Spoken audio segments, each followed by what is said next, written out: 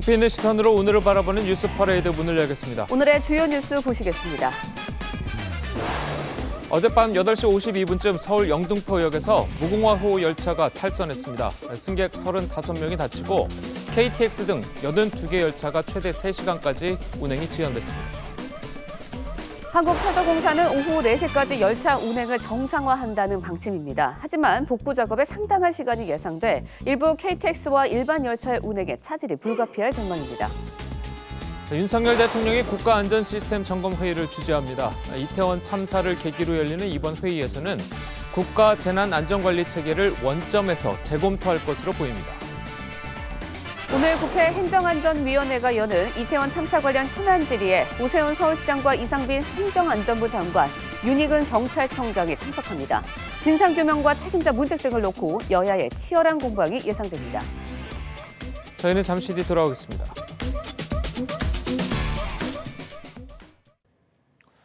또 한 번의 아찔한 사고가 일어났습니다. 어젯밤 서울 영등포역 인근에서 승객 279명을 태운 무궁화호 열차가 탈선해 35명이 다쳤습니다. 열차 운행도 지연돼서 시민들이 큰 불편을 겪고 있다고 하는데요. 현장 나가 있는 취재기자 연결해서 현재 상황 알아보도록 하겠습니다. 자, 이태희 기자, 지금 현재 상황은 정리가 됐습니까? 네, 어젯밤 8시 50분쯤 선로를 이탈한 무궁화호 열차는 아직 수습되지 못한 채 그 자리에 멈춰서 있습니다. 한국철도공사는 오후 4시가 넘어야 열차 운행이 정상화될 것으로 보고 있습니다. 선로를 이탈한 사고는 용산역에서 출발한 열차가 영등포역으로 진입하려던 도중 발생했습니다. 승객이 탄 객차 5량과 발전차 1량 등 모두 6량이 선로를 이탈했는데요. 이 사고로 열차에 탑승한 승객 279명 가운데 35명이 경상을 입었고 이 중 21명이 병원으로 옮겨져 치료를 받고 있습니다. 사고 여파로 서울 지하철 1호선 운행이 한때 중단됐지만 어젯밤 오후 9시 30분부터 재개됐습니다. 하지만 KTX 등 열차 운행은 큰 차질을 빚어 승객 일부가 다른 열차나 버스로 안내받는 등 불편을 겪었습니다. 자, 이태희 기자, 사고 당시의 상황이 좀 어땠을까요? 좀 전해주시죠. 네, 탈선한 열차에 탑승했던 승객들은 영등포역 진입을 알리는 방송이 나온 직후 큰 충격음과 함께 갑자기 열차가 기울었다고 했습니다. 당시 탑승했던 승객의 증언 직접 들어보시죠. 쿵쿵 하더만 아예 통하고 유리창이 다 깨지고 천반에는 짐이 내려오면 떨어지면서 목을 때린 것 같아요. 제가 앉아 있었으니까. 열차에서 빠져나온 탑승객들은 약 300m 정도의 선로를 따라 걸어서 역을 빠져나와야 했습니다.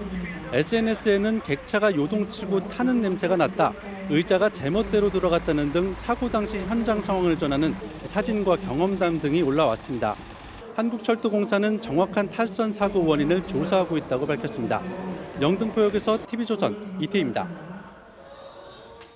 이번 탈선 사고 하루 전에는 철도 근로자가 작업 중에 목숨을 잃기도 했습니다. 윤석열 대통령은 오늘 오전에 국가안전시스템 점검회의를 주재하는데요. 이태원 참사는 물론 철도 사고에 대한 대응책들도 논의될 것으로 보입니다. 취재기자 연결해서 자세한 소식 알아보도록 하겠습니다.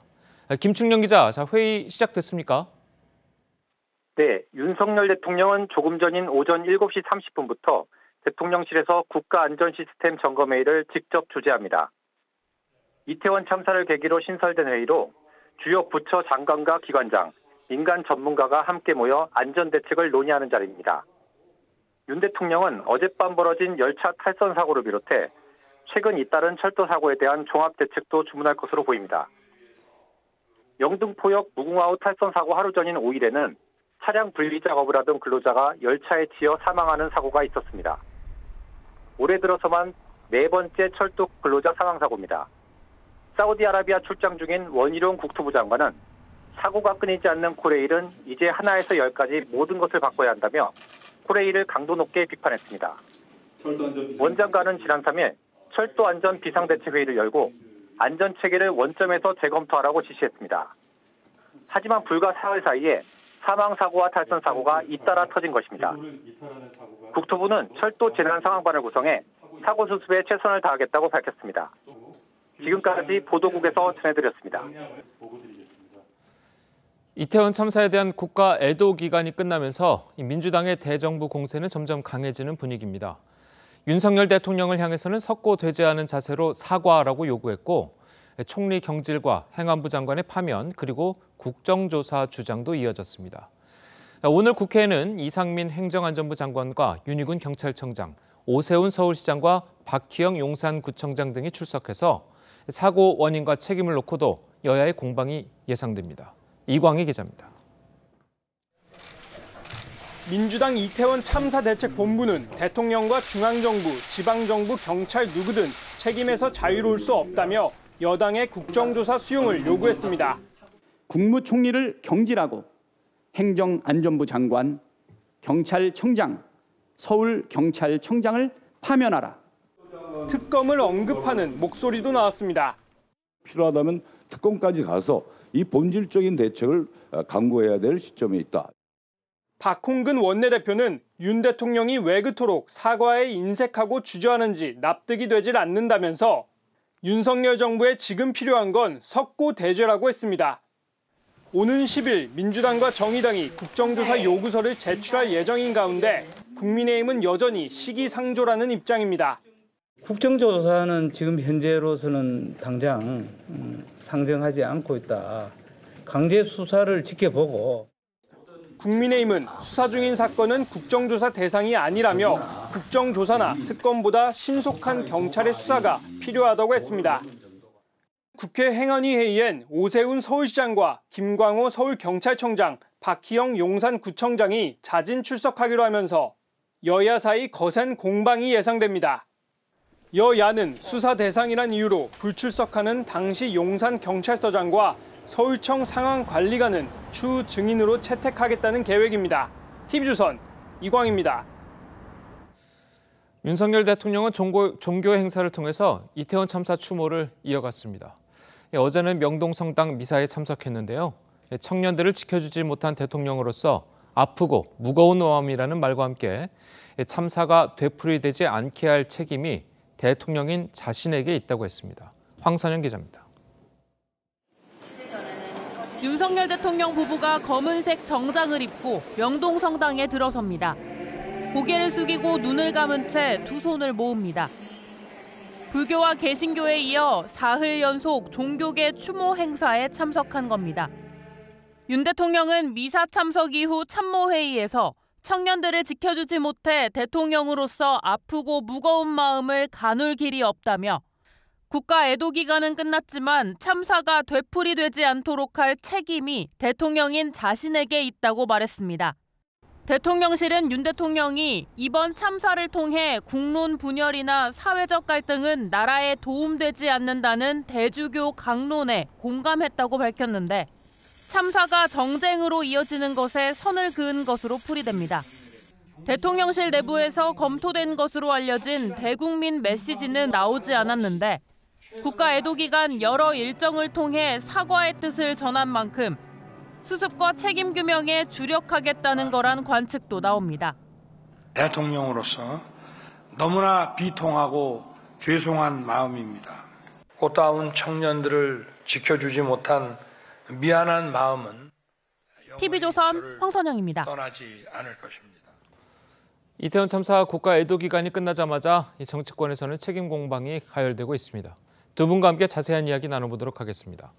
윤희석 전 국민의힘 대변인 그리고 서영주 더불어민주당 상근 부대변인 나오셨습니다. 안녕하세요. 자, 이태원 참사에 이어서 이제 어젯밤 또다시 안타까운 사고 소식이 들려왔는데요. 먼저 영등포역에 있었던 무궁화역 탈선 사고 소식부터 좀 짚어보도록 하겠습니다. 자, 이게 좀 짚어보니까 코레일 직원이 바로 탈선 사고가 일어나기 전날에 선로 작업을 하다가 이제 숨지는 사고가 그런 안타까운 사고가 있기도 했었어요. 자, 그래서 코레일 측의 좀 그 대응에 대해서 원희룡 국토부 장관이 뭐 하나부터 열까지 바꿔야 된다. 자, 이런 발언을 했거든요. 네, 원희룡 장관이 그렇게 하실만 하죠. 지금 중대재해처벌법 시행 이후에 5일 있었던 그 코레일의 인명사고가 네 번째 인명사고입니다. 3월, 7월, 9월 이렇게 세 번의 사고가 있었고요. 인명사고입니다. 사망사고였고 또 5일 날 또 한 번 있었으니까 벌써 네 번째. 국민을 직접 수송하는 업무를 맡는 그런 철도 업무인데 이렇게 인명사고가 계속 있다는 것 자체가 국민 안전과 직결되기 때문에 원희룡 장관을 중심으로 해서 이 코레일에 대해서는 확실하게 꼭 코레일만이 아니더라도 이 공기업 전반의 이 국민 안전과 관련한 문제는 짚고 넘어가야 된다. 그래서 결론적으로 안전시설에 좀 투자를 더 하고 안전교육을 강화하고 이런 정책적 안전망이 필수적으로 좀 더 고려돼야 되는 그런 상황이라고 봅니다. 예. 자, 그리고 앞서 이제 전해드린 대로 오늘 윤석열 대통령 주재로 국가안전 시스템 점검회의가 있는데요. 자, 이곳에서는 이제 이태원 참사를 계기로 이제 만들어진 거긴 한데 앞으로 이제 사회 전반에 대한 이 사과 관련해서 이제 얘기가 있을 것이고 특히 어제 있었던 이 열차 탈선 사고에 대해서도 점검이 있을 예정인데 자, 이렇게 뭐 보완책을 이런 시스템을 통해서 좀 보완해 가는 거 좀 어떻게 보십니까? 필요하다고 봅니다. 예. 네. 자꾸 국민들이 그러실 거예요. 이렇게 바람잘 날이 없나 나라가. 그러니까 이태원 참사 부분도 그렇고, 그러니까 오늘 영등포 탈선 부분도 그렇지만 그 전날 의왕역 쪽 의왕 지역에서 그 철도 공무원 이제 철도 직원께서 사망하셨잖아요. 예. 분이 그걸 한 번 다치고요. 그 다음에 또 이제 철도가 탈선하는 사건이 일어납니다. 그러니까 이제 이런 부분들은 누구의 탓이 아닙니다. 이게 시스템을 점검하고 미리미리 국가가 존재하는 이유가 이런 국민들의 안전을 담보하기 위해서 또 살펴보고 또 살펴봐야 됩니다. 그러니까 안전 시스템은 한 번 봤다고 해서 이게 정착되는 게 아니에요. 계속 봐야 되거든요. 그래서 회의를 해야 되는데 저는 좀 안타까운 게 윤석열 정부가 왜 이렇게 소 잃고 외양간 고치는 이 국정 운영을 하는지에 대해서는 조금 마음이 아파요. 답답하고 좀 미리미리 좀 했으면 어떨까. 그렇지 않습니까? 그러니까 이제 10월 29일 참사가 이태원에서 있었는데 따져보면 10월 28일 날 이재명 대표가 국민안전대책회의를 여야정으로 하자라고 제안을 했었어요. 기억나실 거예요. 당시에. 그런데 윤석열 대통령께서는 예산안이 먼저니까 그건 필요 없다. 그러니까 바로 전날 제안을 했던 적이 있습니다. 근데 이게 다 전에 했었으면 뭐 아직 결과론적이지만 그 전에 좀 만나서 여러 가지 국민안전대책을 했었으면 할로윈 부분도 그렇고 이태원 부분도 그렇고 철도 안전도 그렇고 여러 가지를 봤을 거 아니에요. 근데 이런 비극들이 벌어진 이후에 안전대책회의를 여는 게 소 잃고 외양간 고치는 부분인데 앞으로는 그런 국정 운영의 방식을 좀 미리미리 좀 했으면 좋겠다라는 좀 생각이 많이 들더라고요. 예. 자, 그리고 이태원 참사의 이제 추모 전국이 이제 마무리가 됐죠. 마무리가 되면서 민주당에서는 정부를 향한 공세 수위를 높이면서 책임 추궁을 하고 있습니다. 야당의 목소리를 들어보겠습니다. 참사 이후 대응은 그야말로 무능력의 끝판왕이었습니다. 책임을 져야 할 당사자들은 책임 회피에 급급해야 하는 무책임의 극치입니다. 국무총리를 경질하고 행정안전부 장관, 경찰청장, 서울경찰청장을 파면하라. 자, 지금 보신 것처럼 이제 그 야당 박찬대 의원이 국무총리를 경질하고 행정안전부 장관을 이제 파면하고 경찰청장, 서울경찰청장을 파면하라 뭐 이렇게 이야기를 했습니다. 자, 그런데 공교롭게도 오늘 이제 행안위 회의에 이상민 장관과 오세훈 시장, 윤희근 경찰청장이 이제 출석을 하는데 좀 어떻게 예상을 좀 하십니까? 그 야당에서 이제 뭐 파면 요구하고 정치 공세하는 그런 상황이 됐습니다. 일단 참사의 규모가 워낙 크고 국민적인 공분이 있기 때문에 주장할 수는 있다고 보는데 지금 상황이 어떤 상황인가를 좀 봐야 되겠습니다. 지금은 이제 사고의 원인을 규명하고 또 책임이 어디까지 있어야 하느냐 이런 수사에 집중하고 있는 상황이기 때문에 지금 당장 그 일선에서 일하고 있는 주무장관을 갑자기 경질하는 것이 과연 이러한 일들을 정부가 하는 일에 도움이 되느냐 이런 점을 좀 봐야 될 것 같고 일각에서는 뭐 내각 총사퇴까지 야당 내부에서는 얘기한다고 하는데 이런 정도 얘기하는 것이 결국은 국민들로부터 역풍을 불러일으킬 수 있다 이런 걱정도 야당 내부에서 또 하고 있다는 말도 있습니다. 즉 정치 공세화, 재난을 정치 공세화하는 것에 대해서 야당조차도 걱정하고 있는 상황이다. 즉 어느 정도 공세는 할 수 있지만은 현 상황 책임 규명하고 사고 원인을 밝히는 데 집중할 시기다. 이렇게 말씀드리겠습니다. 예. 자, 국민의힘에서는 이제 민주당이 재난을 정치화하고 있다고 이제 비판하고 있고 그리고 이제 주말에 이태원 추모 촛불 집회가 광화문에서 열리지 않았습니까? 자, 그런데 이곳에 민주당이 집회에 조직적으로 인력을 동원했다. 자, 이런 의혹도 여당 내부에서 나오고 있는 것 같아요. 그러니까 지금 국민의힘 쪽에서는 정말 이 이태원 참사에 대한 의혹이 아니잖아요. 참사에 대한 현상, 이런 비극적인 사실에 대해서 정말 어떤 진상을 규명할 생각이 있는지 모르겠어요. 남 탓을 어떻게든 돌리려고 하는 부분들이 너무 아쉽다. 민주당이 이거를 기회를 삼아서 정쟁화한다? 그게 말이 됩니까? 정치의 존재 이유는 지금 민주당이 의혹 제기를 하는 게 아닙니다. 말하자면 현상에 대해서 진상규명을 하자라는 거예요. 그러니까 수사를 하지 말자는 것도 아닙니다. 책임질 사람들은 수사를 해서 불법적인 영역이 있었는지 밝히고, 국정조사라는 부분들은 그렇지 않아요. 이 수사에서 못 박히는 부분, 광범위한 부분들을 국정조사를 통해서 할 수 있습니다. 그러면 동시에 하자는 거예요. 그런데 촛불 집회 국민들이 나서서 얼마나 지금 이태원 참사의 공분이 큽니까? 국민들이 나오신 거예요. 그중에 민주당원이 있을 수 있죠. 그런데 민주당이 국민들을 저 정도 이끌 수 있다? 저는 그렇게 생각하지 않고요. 또 충남 지역에 있던 그 국민의힘 측의 그 커뮤니티에서는 이태원 참사를 민주당이 기획했다, 이런 얘기까지 할 정도로 뭔가 이상한 얘기들을 만들어내요. 지금 그럴 때가 아닙니다. 정치가 나서야 될 때고요. 이건 정쟁이 아닙니다. 이런 이태원 참사를 보면서 정치가 멈춘다? 말을 하지 않는다? 그거는 정당으로서 직무유기입니다. 그래서 이런 부분들보다는 정치가 제대로 이번에 이태원 참사의 부분은 집권 여당이 먼저 책임질 사람들에 대해서는 책임지게 만들어야 됩니다. 그리고 국무총리, 행안부 장관, 경찰청장, 자리가 지금 책임져야 되는데 자리를 공석을 하면 어렵다? 국민들이 이렇게 생각할 거예요. 차라리 없는 게 낫다, 이럴 바에는. 없으면 차라리 낫겠다라는 부분들이 있기 때문에 민주당은 그렇게 주장할 수밖에 없다라는 말씀을 드립니다. 예, 지금 방금 말씀하신 부분 중에 이제 국민의힘 내부, 그러니까 지역에서 이태원 참사를 민주당이 기획했다라고 이제 국민의힘 내부 지역도당에서 나왔다는 얘기가 있는데, 이게 사실입니까? 네, 그것은 좀 과한 주장이라고 보고요. 이제 근거를 확실히 따져서 해야 될 얘기인데 좀 섣부른 얘기일 수도 있지만은 지금 민주당과 관련한 이 시위에 대해서 얘기를 하고 있는 겁니다.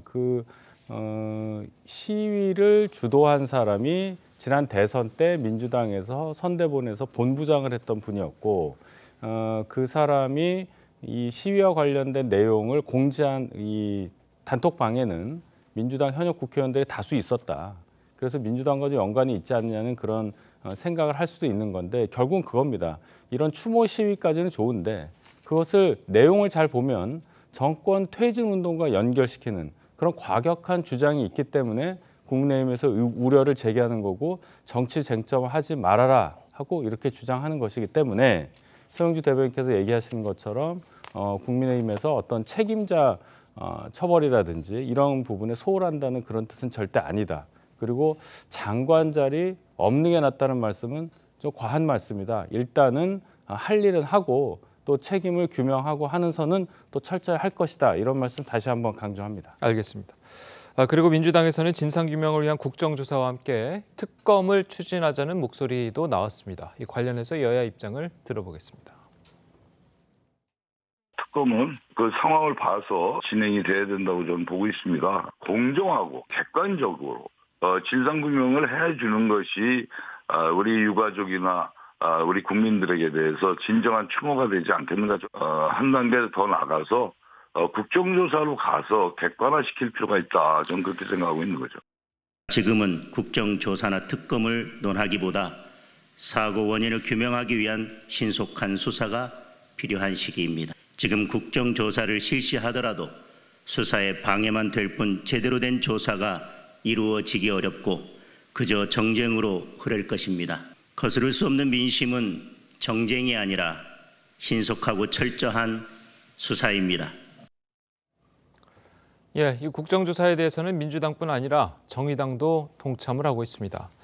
경찰의 셀프 수사로는 이제 제대로 된 진상규명을 할 수 없다. 자, 이게 야당의 주장인 것 같은데요. 예, 그 지적은 공감할 수 있습니다. 근데 과거에 이런 일들이 있을 때는 검찰과 경찰이 같이 일을 하는, 즉 검경 합동수사본부 체제에서 수사를 했다. 그런데 검수완박 법안 통과로 인해서 검찰이 이 사건에 대해서 직접 수사하는 것이 상당히 어려워졌습니다. 그래서 경찰이 자체 수사하는 모양새가 됐는데 일단 이제 수사는 시작이 됐고요.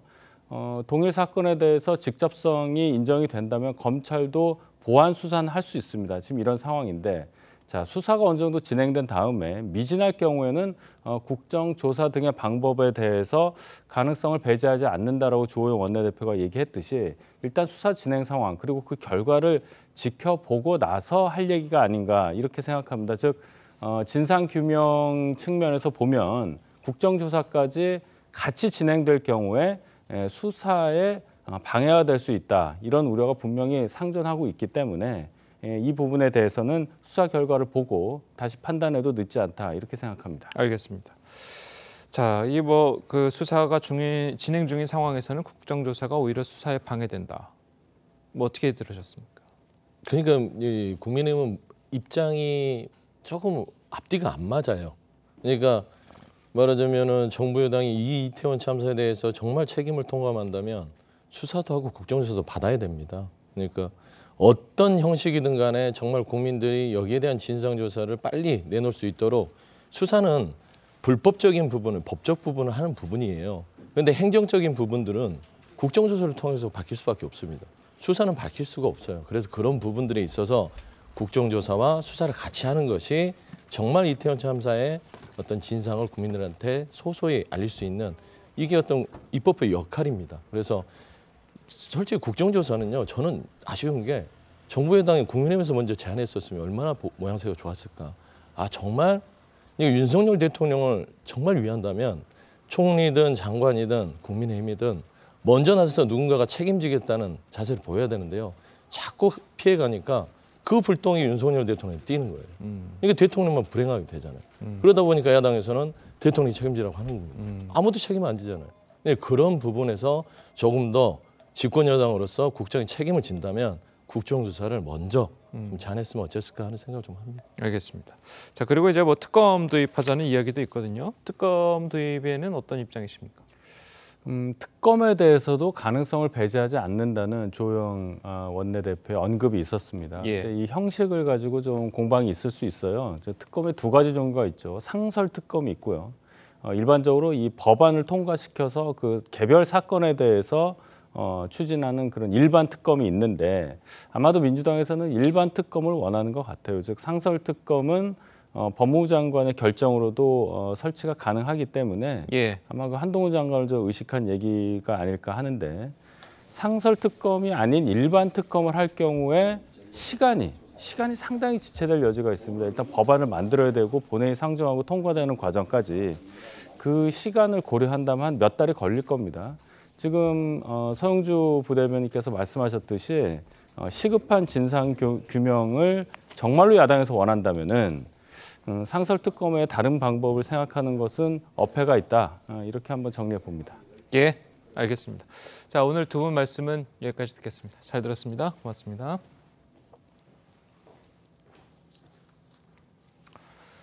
이태원 참사 당시 경찰 기동대는 사고가 발생한 지 1시간 25분이 지나서야 현장에 도착했습니다. 자, 이때는 이미 수십 명의 사상자가 난 상황이었는데요. 경찰 특별수사본부는 인력 배치가 지연된 원인 등을 수사하고 있습니다. 한지은 기자입니다.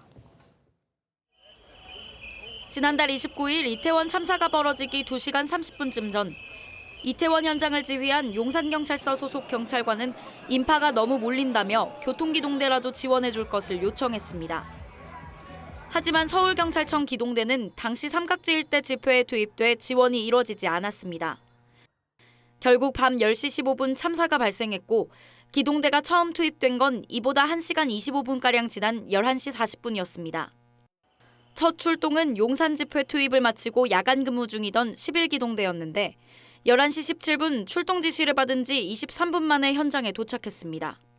뒤이어 11시 33분 이후 종로와 여의도, 서초 등에서 4개 기동대가 추가 투입됐습니다. 이 가운데 3개 부대는 자정이 넘어 현장에 도착했습니다. 이미 이태원 해밀턴 호텔 골목에서 수십 명의 사상자가 발생한 뒤였습니다. 기동대 투입이 지체된 이유는 현장과 상황실 등 근무 경찰이 사태를 제대로 파악하지 못한 데다 지휘부 보고마저 늦었기 때문이란 지적이 나옵니다. 특별수사본부는 경찰청 범죄정보과장 등 13명을 추가 투입해 이태원 참사 원인과 책임자 규명 등 수사에 박차를 가하고 있습니다. TV조선 한지은입니다. 현장 대응부터 보고까지 이태원 참사 과정에서 경찰의 부실 대응이 드러나면서 향후 국가배상 문제도 쟁점으로 떠오르고 있습니다. 과거 대법원의 판례를 보면 경찰 부실 대응이 있을 때마다 국가의 배상 책임을 인정해 왔는데요. 경찰의 부실 대응이 명확하게 밝혀지면 정부가 배상 책임을 면하기 어려울 것이라는 관측입니다. 주원진 기자가 법조계의 의견 정리해봤습니다. 참사 발생 4시간 전인 오후 6시 34분. 경찰은 압사당할 것 같으니 조치를 해달라는 첫 112 신고를 받습니다. 경찰은 이후 참사 발생 직전까지 압사를 경고하는 신고를 11건 이상 받았는데도 현장 추가 인력 배치 등 별다른 조치를 하지 않았습니다. 사고의 위험성을 알리는 급박한 112 신고를 처리하는 현장의 대응은 미흡했다는. 참사 과정에서 경찰과 관할 용산구청 등의 부적절한 대응이 속속 드러나며 국가배상 문제가 쟁점으로 떠오르고 있습니다. 그동안 법원은 경찰 부실 대응을 이유로 국가배상 책임을 수차례 인정했습니다. 2012년 4월 A씨는 살인범 오원춘에게 납치되자 112에 살려달라며 신고했지만 경찰은 구조하지 못했습니다. 대법원은 경찰이 신고를 제대로 처리 못해 A씨 사망을 초래했다며 유족에게 7,832만 원을 배상하라고 판결했습니다. 전자발찌를 차고도 살인을 한 서진한 사건에서도 대법원은 7월 국가배상 책임을 인정했습니다. 국민이 생명, 신체 등에 손해를 입었다거나 그 손해가 확대되었다고 한다면 국가는 그에 대하여 배상 책임을 부담해야 할 것으로 보입니다. 법조계에서는 참사 수사 과정에서 경찰 부실 대응이 명확히 밝혀지면 정부는 배상 책임에서 자유롭기 힘들 거란 지적이 나옵니다. TV조선 주원진입니다. 보신 것처럼 이태원 참사 당일 경찰 기동대가 사고 발생 1시간 25분 만에 도착하는 등 이 경찰의 부실 대응이 또 드러났습니다. 안전사고를 우려한 용산경찰서의 내부 보고서가 참사 이후에 삭제된 의혹도 제기돼 논란이 되고 있는데요. 관련 내용 이호영 변호사와 함께 자세히 짚어보도록 하겠습니다. 안녕하세요. 안녕하세요. 네, 안녕하세요. 자, 1시간 25분이나 지나서 도착한 기동대. 이건 역시 뭐 지휘가 잘못됐다라고 봐야 되겠죠? 네, 지금 1시간 25분가량 도착해서 너무 늦게 도착한 거 아니냐라는 비판을 만약에 한다면 조금 억울할 것 같아요. 기동대 입장에서는. 기동대 입장에서는 그렇겠죠. 왜냐하면 그 출동 지시를 받은 게 벌써 그 1시간 사고가 발생한 이후에 네. 그 1시간 정도 지난 11시 17분이니까 그 지시를 받은 다음으로부터 따지면 23분 만에 현장에 도착했으니까요. 예. 기동대가 너무 늦게 갔다라고 우리가 비판할 수는 없을 것 같고 예. 결국은 사전에 미리 어떤 경찰 병력, 경비 병력의 현장 배치를 하지 않은 지휘부 책임, 그다음에 사고가 발생한 직후에라도 아주 신속하게 현장에 갈 수 있도록 보고가 제대로 됐다면 결국은 보고 체계가 제대로 작동하지 않았고 또는 보고는 제대로 했는데 윗선에서 이를 제대로 대응하지 않고 묵살했거나 방기했을 가능성, 이런 것들에서 조금 더 근본적인 원인을 찾아야 되는 거 아닌가 싶긴 합니다. 네, 근본적인 원인을 말씀해 주셨는데 경찰 기동대가 미리 배치가 됐거나 현장 투입이 조금 더 빨랐으면 이런 좀 대규모의 참사는 막을 수 있지 않았을까라는 아쉬움이 남는 건 사실이거든요. 그렇죠. 이거는 뭐 아쉬움뿐만 아니라 그냥 그 현장에 어떤 그런 미리 경찰 병력을 배치할 수 있었던 권한이 있는 기관이 바로 결국 용산경찰서장, 예. 서울지방경찰청 아니겠습니까? 아울러서 뭐 경찰청장도 있고요. 이게 이제 사고가 발생했던 초창기에 정부에서 이제 말을 했던 것들, 행정안전부 장관의 어떤 해명이 공분을 불러일으켰던 것 역시도 이 사고의 원인, 이 사고의 결과 발생 과정에서 정부가 이런 주최 측이 없는 행사에 대해서는 뭔가 경찰이 개입할 근거가 없는 것처럼 이렇게 허위로 이야기했던 부분이거든요. 근데 지금은 그것이 아니라는 것들이 이미 드러났기 때문에 이게 경찰이 어떤 다중운집 집회에 대해서는 주최 측이 없다 하더라도 도로나 골목에서의 이런 위험 발생이 우려되는 경우에는 이런 어떤 심지어 차량, 뭐 차마, 보행자의 통행을 제한, 금지할 수 있는 규정이 도로교통법에도 있고 다 있어요. 그렇기 때문에 경찰에서 미리 어떤 조치를 하지 않고 나아가서 사람들이 이렇게 이미 급박하게 막 신고가 들어오는 상황에서도 적절한 조치를 취하지 않은 법적인 책임은 면할 수 없는 것으로 보입니다. 예.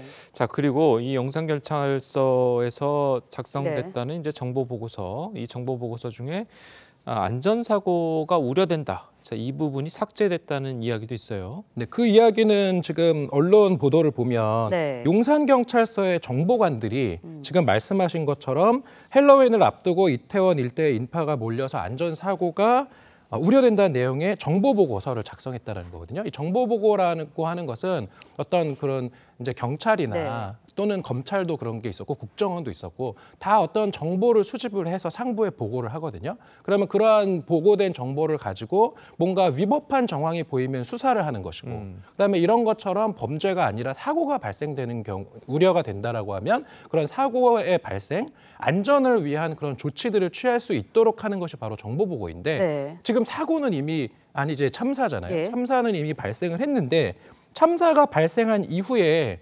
용산경찰서에 누구인지 정확하게 알 수는 없지만 지금 뭐 언론에 나오는 것에 따르면 용산서 정복과장이 주도한 것으로 뭐 알려져 있기는 합니다만 좀 더 조사해봐야 되겠죠.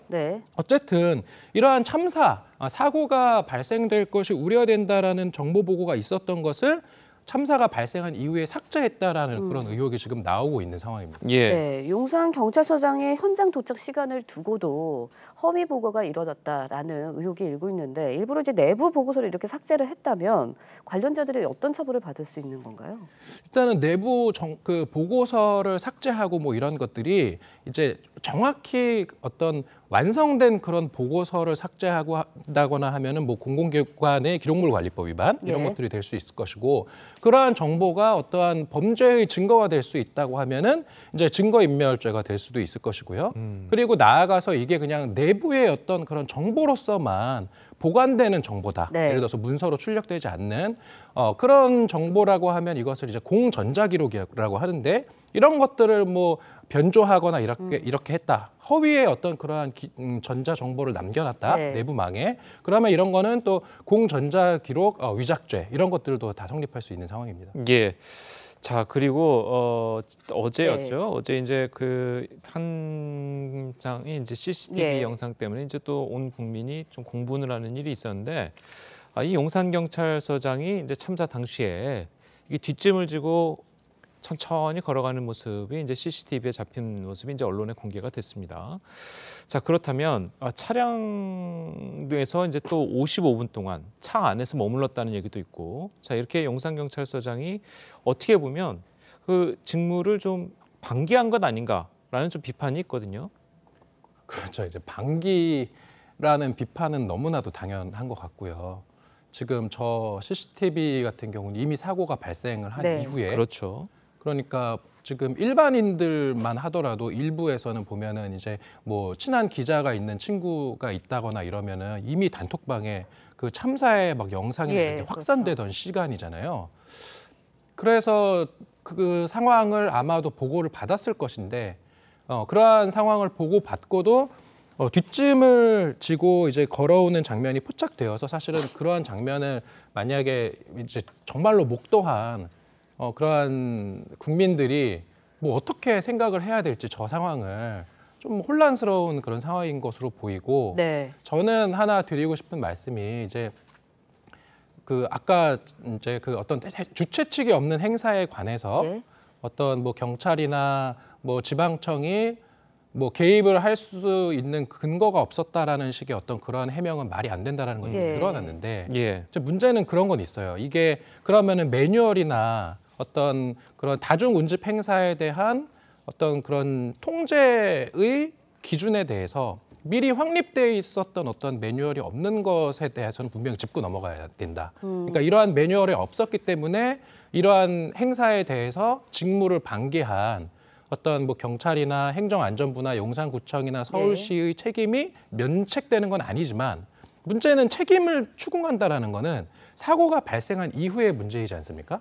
그럼 사고가 발생한 이후에 책임을 따질 것이 아니라 사고가 발생하지 않게 하는 것이 더 중요한데 그러려고 하면 현장에 예를 들어서 지휘관이나 아니면 뭐 지방자치단체장이 되게 유능한 사람이어서 바로바로 개입을 할 수 있다면 막을 수 있겠죠. 근데 문제는 우리 사회가 항상 그렇게 유능한 사람이 높은 자리에 가 있는 건 아니잖아요. 그리고 보고를 받지 못할 수도 있고 또는 상황 판단을 잘못할 수도 있고 그러면 그러한 어떤 사람이 실수를 하는 것으로 인해서 발생할 수 있는 사고를 막는다라는 점에서 아주 구체적이고 디테일한 매뉴얼이나 또는 매뉴얼보다도 더 법적인 구속력이 높은 행정안전부령이나 시행령 같은 걸 통해서 이런 다중운집 행사에서의 참사 발생을 막을 수 있는 그런 그 제도를 하루빨리 마련해야 된다라는 것고 생각을 합니다. 네, 경찰과 행정부의 대응에 대한 질타, 비난 계속 이어지고 있는데 참사 당일 소방의 대응도 시간대별로 공개가 됐습니다. 그동안 이제 119에 최초 신고가 접수된 게 오후 밤 10시 15분이다라고 알려졌는데 그보다 3분 앞선 12분에 최초 신고가 이루어진 것으로 드러났습니다. 내용을 보면 굉장히 급박한 현장 상황이 고스란히 담겨 있거든요. 네. 근데 이 건은 왜 처리가 안 된 건가요?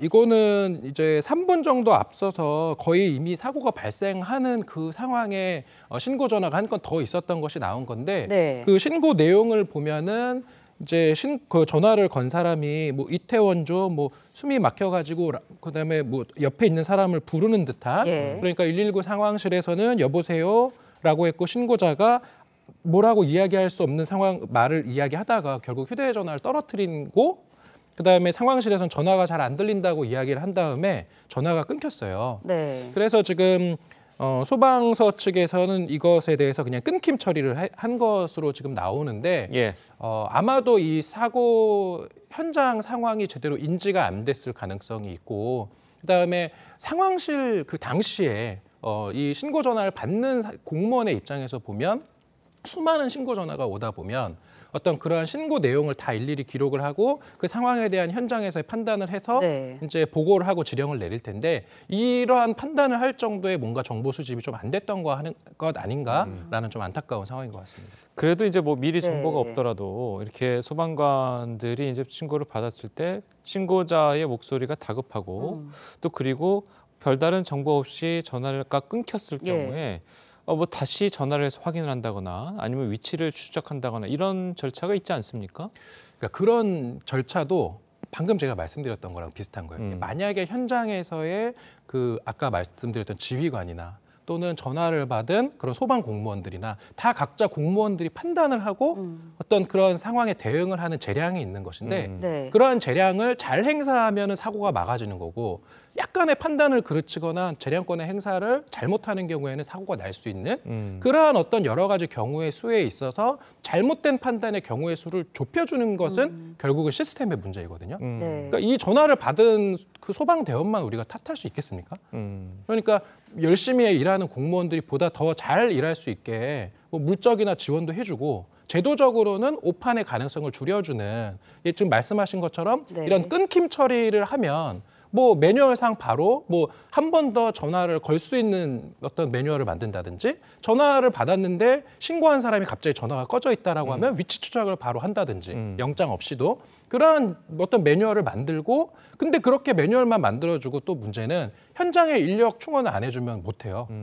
지금도 이미 그 쏟아지는 전화에 응대하기도 바쁘다고 하는데 그러면 이러한 매뉴얼을 만들고 그 매뉴얼이 현실에서 작동할 수 있게 결국은 예산 투입하고 인력 투입을 해주고 이게 결국 국회와 정부가 할 일이라고 저는 생각을 합니다. 알겠습니다. 네, 다음 이야기도 좀 해보도록 하겠습니다. 어젯밤 서울 영등포역 인근에서 무궁화호 열차가 탈선을 해서 승객 30여 명이 경상을 입었습니다. 뭐 코레인에서 탈선 원인 파악 중이라고 하고 오늘 오후 4시에 정상 운영 다 하겠다고 하지만 일단 사고를 당한 입장에서는 굉장히 당황스럽고 힘들었을 것 같아요. 그러니까 우리가 이제 교통수단이 여러 가지가 있고 제가 오토바이 타고 그러면 항상 사람들이 얘기하는 게 위험하다. 이런 얘기 하잖아요. 가장 안전한 교통수단이 바로 열차인데 그러니까요. 열차가 탈선을 했을 때 그 승객들의 공포는 이루 말할 수 없고 그리고 특히나 지금 이거는 뭐 그냥 열차 탈선으로 인해서 승객들이 그냥 다행히도 뭐 지금 사망을 한 사람은 없는 것으로 보이는데 이런 코레일과 관련해서는 지금 중대재해처벌법 도입 이후로도 계속해서 사망사고가 발생하고 있거든요. 결국은 이것도 시스템의 문제가 아닐까 저는 그런 생각을 하고 있습니다. 자, 뭐 사고 여파로 이제 뭐 KTX 포함해서 열차도 지연되고 지금은 뭐 괜찮아집니다. 뭐 1호선까지 영향을 받았었잖아요. 자, 이런 부분에 대해서 승객들이 보상을 받을 수는 있습니까? 보상을 받을 수 있는데요. 이런 열차 지연에 따른 보상은 보통은 그 약관에 규정이 되어 있고요. 그러면 그 약관에는 어떻게 되어 있냐면 만약에 결국은 티켓을 끊고 가려고 제대로 하다가 못 간 거잖아요. 이것은 이제 민법상의 채무불이행이어서 그로 인한 손해를 배상해야 되는데, 그러면 예를 들어서 내가 늦어서 받은 손해나 뭐 여러 가지 특별한 손해들이 있어요. 그런 손해는 배상받기 어렵고 이것은 약관에 의해서 아마도 교통비 상당의 그런 손해 내지는 교통비의 약간의 추가적인 손해 정도밖에는 배상이 안 될 것으로 보입니다. 네, 그런가 하면 이틀 전에 코레일 직원이 화물열차 작업 중에 열차에 치여서 숨지는 사고가 있었습니다. 뭐 일단은 코레일에서 올해만 4번째 사망 사고가 발생한 거거든요. 네. 예, 뭐 중대재해법 처벌이 예. 가능할까요? 지금 뭐 코레일 사장이 조사를 받고 있잖아요. 네. 저는 근데 중대재해처벌법이 진짜 아주 문제가 심각하다라고 보는 게, 지금도 질문하신 게 예. 중대재해처벌법이 적용돼서 어떻게 처벌받겠나요라는 질문이 아니라 그 중대재해처벌법으로 처벌이 가능할까요라고 그러니까요. 질문하시잖아요. 예. 이게 뭐냐면 중대재해처벌법의 가장 큰 문제가 두 가지입니다. 하나는 적용 범위가 너무 좁다. 지금 이태원 참사 같은 경우도 중대재해처벌법 적용 안 돼요. 예. 왜냐하면은 그 중대 시민재해 요건에 해당이 안 되기 때문에. 그리고 적용이 된다 하더라도 처벌이 되게 약해요. 뭐냐하면 그 중대 산업재해 같은 것으로 인해서 지금 계속 사람이 죽어 나가는데, 이것을 좀 막자고 법을 도입했지만 이로 인해서 처벌된다 손치더라도 끼케야 1년 이하의 유기징역 네. 또는 개인에 대해서는 10억 원 이하의 벌금, 그다음에 이러한 사고를 발생한 회사에 대해서는 사람이 죽으면 50억 네. 이하의 어떤 벌금이거든요.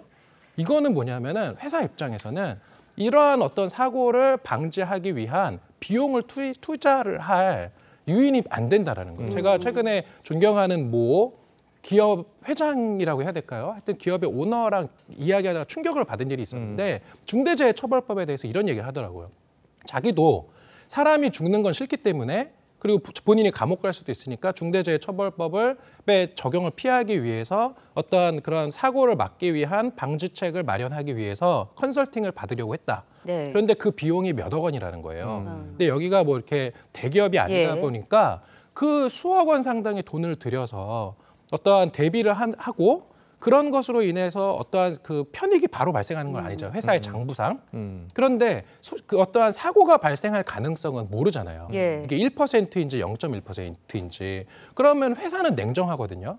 회계 장부상 이 사고를 방지할 어떠한 그러한 비용을 투자하는 것이 이게 회계적으로 옳은 것인지 아닌지를 판단할 수밖에 없는 거예요. 그러다 보니까 지금 그 뭐 매출액 얼마 발생하지도 않는 회사 사정상 몇억 원, 수억 원을 들여서 이러한 안전 진단을 받고 이럴 돈이 없다, 자기는. 그냥 사고 나면 내가 그냥 감옥 가겠다, 이런 말씀을 하는 걸 보고 제가 충격을 받았어요. 결국은 중대재해처벌법의 현행 처벌 기준이 너무 약하다.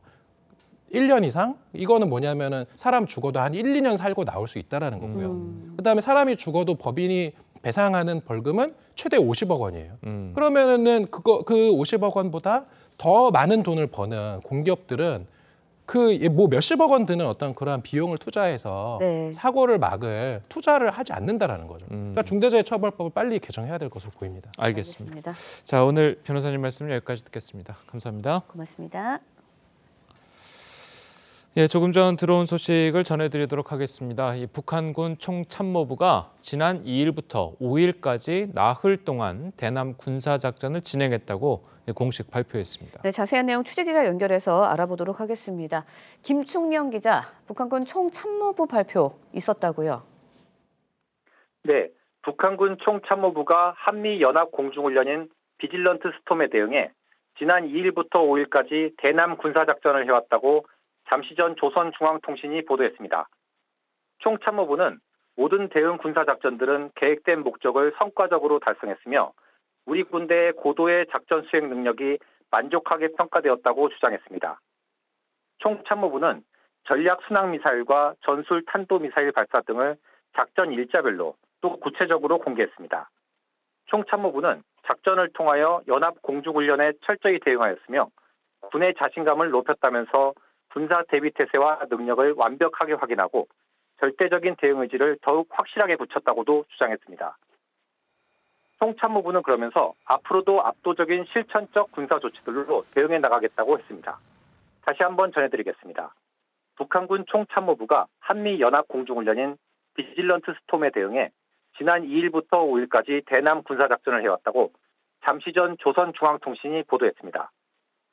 총참모부는 모든 대응 군사작전들은 계획된 목적을 성과적으로 달성했으며 군의 작전 수행 능력이 만족하게 평가되었다고 주장했습니다. 지금까지 보도국에서 전해드렸습니다.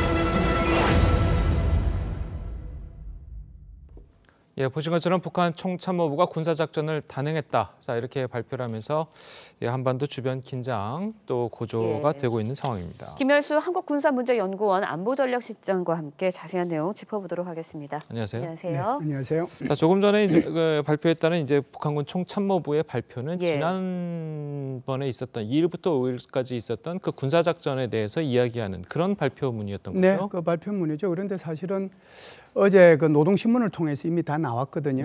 노동신문에서는 어떻게 얘기를 했냐면은 지난 며칠 동안의 이 훈련은 사상 최대의 열병식이라고 얘기를 했어요. 표현 자체를. 그러면서 북한군의 군사 기술과 실전 능력을 점검을 했고 이제는 핵 보유국으로서의 지위를 되돌릴 수 없을 정도의 단계까지 끌어올렸다. 이렇게 표현을 했거든요. 그런데 총참모부는 이제 그걸 군사작전이라고 얘기한 거고요. 그래서 그 표현의 차이는 있지만 어제 노동신문은 이제 북한 인민들이 다 볼 수 있는, 주민들이 다 볼 수 있는 거고요.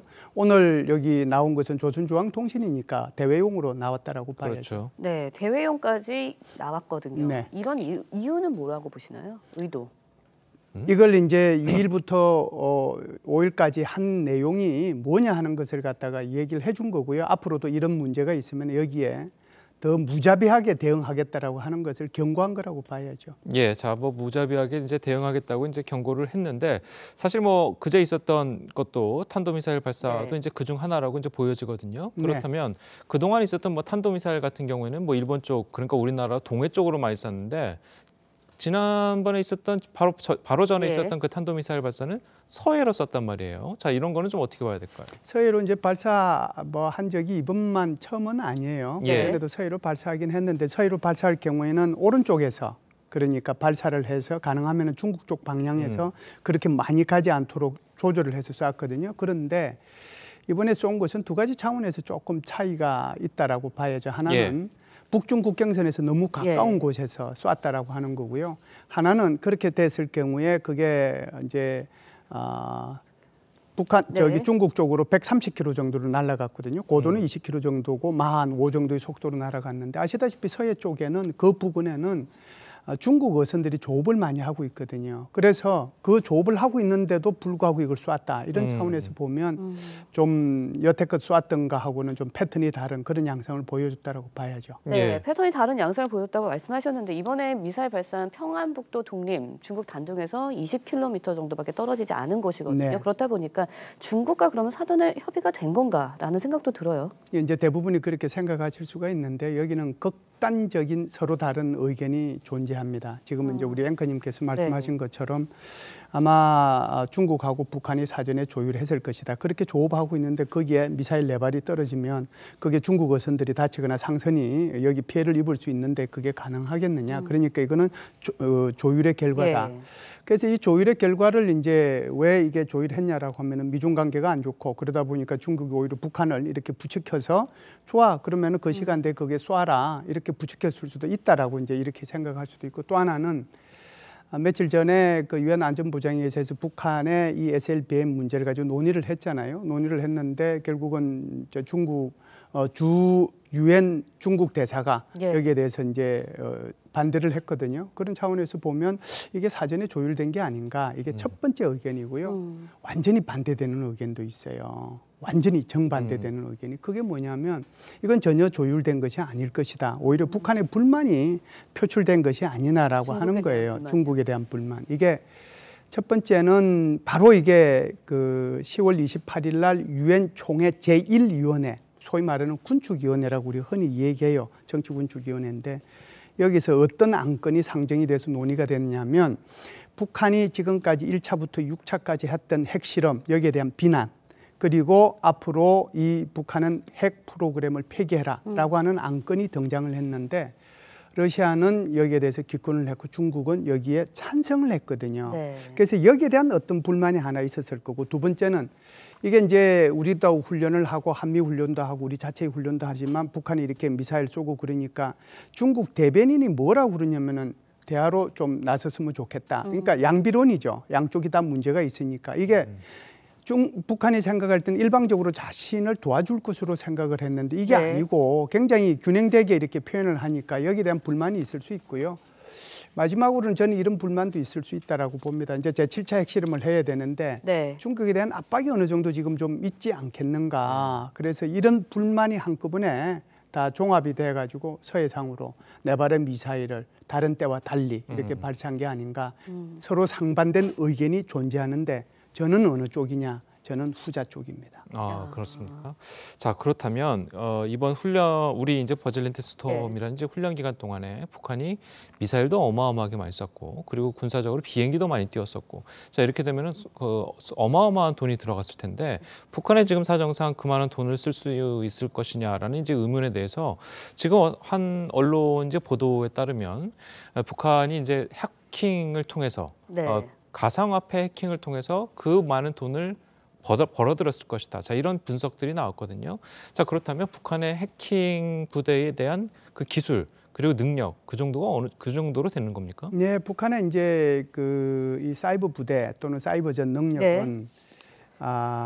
세계 3위 내지 4위 정도에 해당된다라고 얘기해요. 그러니까 예를 들어서 사이버전 능력이 미국, 러시아, 중국 그 네 번째 정도의 북한이 네. 들어갈 거다 이렇게 얘기를 하고 있거든요. 그렇기 때문에 북한의 해킹을 통해서 이렇게 돈을 벌어들였다라고 하는 것은 한두 번 나온 얘기가 아니에요. 그렇기 때문에 지난번에도 한미 장관들끼리 또 실무자들끼리 계속해서 한미일 이런 협력을 통해 가지고 얘기했던 것이 바로 이걸 이제 차단해야 된다라고 하는 것들이 논의가 됐거든요.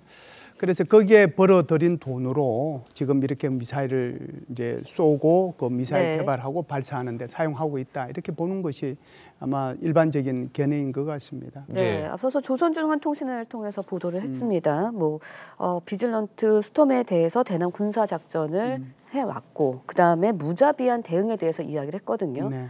그렇다 보니까 7차 핵실험 당연히 기정사실화되고 있고 시기에 대해서 계속 논의가 이어지고 있습니다. 네. 어떻게 예상하시나요? 글쎄 이제 그게 미국도 그렇고 우리 한국의 정보당국도 이제 예상한 날짜가 이제 며칠 안 남았지 않습니까? 예. 오늘 6일이니까요. 예. 6, 7, 8 그러니까 11월 8일 중간 선거니까 아직은 이제 한 3일 남아 있거든요. 이제 여기에 대해서 두 가지 생각이 저는 지금 일단 가능하다라고 봐요. 우선 핵실험 할 거다라고 하는데 무게는 두지만 여전히 이제 오늘 총참모부가 발표한 걸 보면 2일부터 5일까지 이거는 군사작전 했다. 앞으로도 여기에 이제 한국이 훈련을 하면 여기에 대응할 거다. 무자비하게 대응할 거다라고 나왔는데 일단 어떻게 보면은 군사작전이 종료됐다라고 하는 것을 선언한 것이나 마찬가지거든요. 그래서 이 부분은 조금 더 지켜봐야 될 것 같습니다. 지금 가능성은 많이 있는데 가능성은 이제 며칠 안 남았기 때문에 있는데 오늘 총참모부 발표를 봐서는 조금 뒤로 연기할 가능성도 있지 않겠느냐는 생각은 들어요. 예, 알겠습니다. 자, 오늘 말씀 잘 들었습니다. 여기까지 듣겠습니다. 고맙습니다.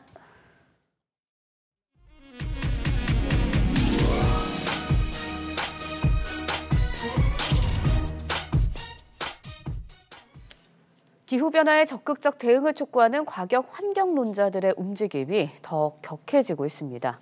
명화 테러를 잇따라 감행하는 데 이어 이번에는 공항 활주로까지 점거했습니다. 안윤경 기자의 보도입니다.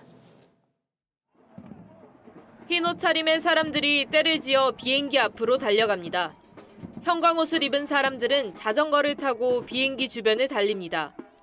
현지 시간 5일 환경운동가 수백 명이 네덜란드 최대 국제공항 스키폴 공항에서 전세기 운항을 막았습니다. 이들은 활주로에서 대기하던 비행기 앞을 몇 시간 동안 가로막으며 항공기 감축 운항을 촉구했습니다. 스키폴 공항이 1년에 1,200만 톤의 이산화탄소 배출을 유발해 기후변화를 앞당긴다는 게 시위대의 주장입니다. 일부 시위대는 공항 무단 침입으로 경찰에 체포됐습니다. 같은 날 스페인의 수도 마드리드에서는 환경운동가 2명이 프란시스코 고야의 작품 앞에서 시위를 벌였습니다. 그림 2개의 액자에 자신들의 손을 접착제로 붙이고 벽에 지구온난화 억제 목표온도 1.5도씨를 물감으로 적었습니다. 다행히 작품은 훼손되지 않았습니다. 이 같은 명화 공격은 지난달에도 수차례 있었습니다. 모네의 그림엔 으깬 감자가 끼얹어졌고 Menschen hungern, Menschen frieren, Menschen sterben. 빈센트 반 고흐의 작품도 토마토 수프를 맞았습니다. 환경론자들은 정부의 무심함을 바꾸기 위해서라고 하지만 점차 과격해지는 이들의 행동에 비판의 목소리도 커지는 분위기입니다. TV조선 안윤경입니다.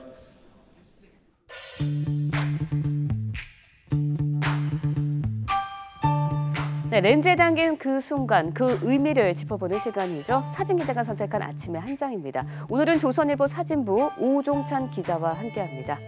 안녕하세요. 네, 오늘 아침에 볼 사진은 어떤 건가요? 네, 지난 주말 놀이공원 입구에서 방문객들이 오픈런을 기다리고 있는 모습입니다. 이태원 참사 이후로 안전에 대한 시민들의 인식도 많이 변했는데요. 지난 주말 인파가 몰렸던 놀이공원의 모습들 함께 보시죠. 지난 토요일 아침 경기도 용인의 놀이공원 입구에서 방문객들이 안전요원의 지시에 따라 길게 줄 서 있습니다. 주말 개장 시간이면 많은 인파가 한꺼번에 몰리곤 하는데 이날은 질서 정연한 모습에 혼잡은 찾아볼 수 없었습니다. 놀이공원 내부에 있는 내리막길 앞에서는 관계자들이 길을 막고 관람객들을 다른 쪽으로 유도하고 있습니다. 이 내리막길은 가장 인기 있는 놀이기구로 향하는 길인데요. 인파가 몰리는 입장 시간에는 안전을 위해 통제한 겁니다. 한국 시리즈가 열렸던 서울 고척 스카이돔 인근에는 평소보다 많은 경찰이 배치됐습니다. 많은 관중이 몰릴 것에 대비해서 곳곳마다 배치된 경찰이 안내하며 한 곳에 인파가 집중되는 걸 방지했습니다. 네, 그런가 하면 평소에 출근길 지하철역의 모습도 많이 바뀌었다고요? 네. 출근 시간마다 혼잡했던 지하철 역사에서 안전요원들이 시민들의 동선을 유도하기 시작했습니다. 시민들도 만원 지하철은 가급적 피한다고 하는데요. 큰일을 겪은 후에 시민들의 안전인식도 조금씩 변해가는 것 같습니다. 네, 오늘 아침 한 장 사진부 오정찬 기자와 함께했습니다. 네, 오늘은 겨울의 시작을 알리는 절기 입동입니다만 큰 추위는 없겠습니다. 어제 낮부터 따뜻한 남서풍이 불어오면서 추위가 한풀 누그러졌는데요. 현재 서울 기온 6.4도로 어제보다 2도에서 3도가량 높게 출발을 하고 있고요. 한낮에는 16도까지 기온이 오르면서 예년 이맘때 기온을 보이겠습니다. 대전 17도, 부산은 19도까지 기온이 오르겠습니다. 오늘 중부지방에 계신 분들은 작은 우산도 하나 챙겨 나오시기 바랍니다. 남부지방은 구름만 지나겠습니다만 영동을 제외한 중부지방은 오후부터 차차 흐려지면서 내일 새벽까지 5mm 미만의 비가 살짝 지나겠고요. 내일 새벽에는 전북과 전남 서해안에도 빗방울이 살짝 떨어지는 곳이 있겠습니다. 한편 비 소식이 없는 남부지방을 중심으로는 대기가 점점 더 건조해지고 있습니다. 영동과 영남 해안, 전남 동부를 중심으로 건조주의보가 발효 중인데요. 화재 발생하지 않도록 불씨 관리 잘해주시기 바랍니다. 내일부터는 대체로 맑은 날씨가 이어지면서 대기는 점점 더 건조해지겠고요. 토요일과 일요일 사이 전국에 비 소식 들어 있습니다. 날씨였습니다. 월요일 아침 뉴스 퍼레이드는 여기서 마치겠습니다. 네, 저희는 내일 아침 7시 30분에 다시 찾아뵙겠습니다. 시청해주신 여러분 고맙습니다.